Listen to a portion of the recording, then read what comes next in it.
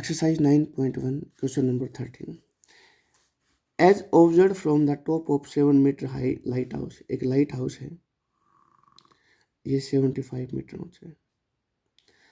From the sea level the angle of depression of two ships are 30 degree and 45 degree. If one ship exactly behind the other on the same. देखिए बेटा, एक side है हमारे पास, एक तो ये ship है मान लीजिए, और एक ये। जब मैं इसको ऊपर, यहाँ से ऊपर देखूंगा, ये वाला, ये नज़दीक है, तो हमारे पास ये लाइन ऑफ साइट बन जाएगी। तो जब मैं इसको देखूंगा तो जो एंगल बनेगा वो बनेगा आपके पास 45 डिग्री। तो ये भी कितना आ जाएगा, 45 डिग्री। फिर मैं क्या करूंगा, इसको यहाँ से ऐसे देखूंगा इसको, तो अब की बार हमारे पास ओरिजेंटल लाइन तो ये बनेगी, लेकिन लाइन ऑफ साइट ये बनेगी इतना सा। ये तो जो इतना सा है ना, ये बन जाएगा आपका 30 डिग्री। क्या बन जाएगा, 30 डिग्री। तो ये भी क्या पढ़ लेंगे, 30 डिग्री। एक बात और समझने वाली बात है, जो शिप नज़दीक होगी उसका एंगल ज़्यादा बनेगा, जो दूर होगी उसका एंगल कम बनेगा। ठीक है, आपको क्या निकालना है, find the distance between the two ships. तो देखो, एक जहाज़ तो हमारे पास शिप ये है और एक है, इसका मतलब मुझे इतनी सी वैल्यू निकालनी है।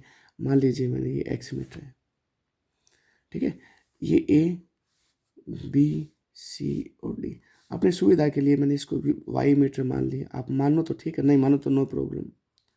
लेकिन ये आपको निकालने, मेन ये ध्यान रखना है कि आपको सी डी निकालना है। सी और डी के बीच की जो डिस्टेंस आएगी वो क्या आएगी, डिस्टेंस बिटवीन टू शिप्स आएगी।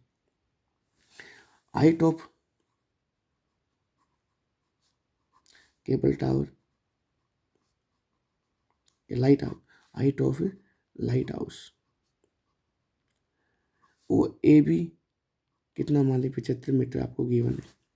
Late distance between two ships, तो वो जो सी डी है उसको मैंने x मीटर मान लिया, बी सी को भी मान लिया y मीटर, y मीटर। ठीक है, तो in triangle A B C, A B upon में बी सी और is equal to tan theta. A B की वैल्यू 75, बी सी की वैल्यू y, और ये आ जाएगा आपके पास 1045। तो 75 अपॉन में y, 1045 से क्रॉस मल्टीप्लाई करोगे तो y की वैल्यू कितने आ जाएगी, 75 आ जाएगा।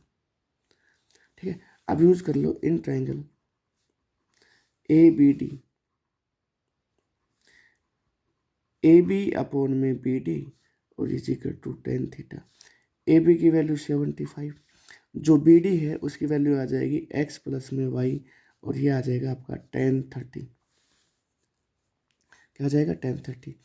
तो 75 अपॉन में x प्लस में y और इज इक्वल टू 1 अपॉन में √3। क्रॉस मल्टीप्लाई करवाओगे तो x प्लस वाई की वैल्यू आ जाएगी 75 √3। ठीक है, यहाँ से y की वैल्यू आज की इसमें रख दो यूजिंग फर्स्ट, x प्लस में 75 इज इक्वल टू 75 √3। ठीक है, using first y is equal to 75। तो यहाँ से x की वैल्यू आ जाएगी 75 √3 माइनस का 75। x इज इक्वल टू, दोनों में 75 कॉमन ले लो तो ये आ जाएगा √3 माइनस k1। ठीक है, मुझे क्या निकालना था, x ही निकालना था। x का मतलब है डिस्टेंस बिटवीन टू शिप्स। तो ये आ जाएगा आपका डिस्टेंस बिटवीन टू शिप्स, तो आएगा 75 इंटू √3 माइनस के 1 मीटर। यह आपका आंसर।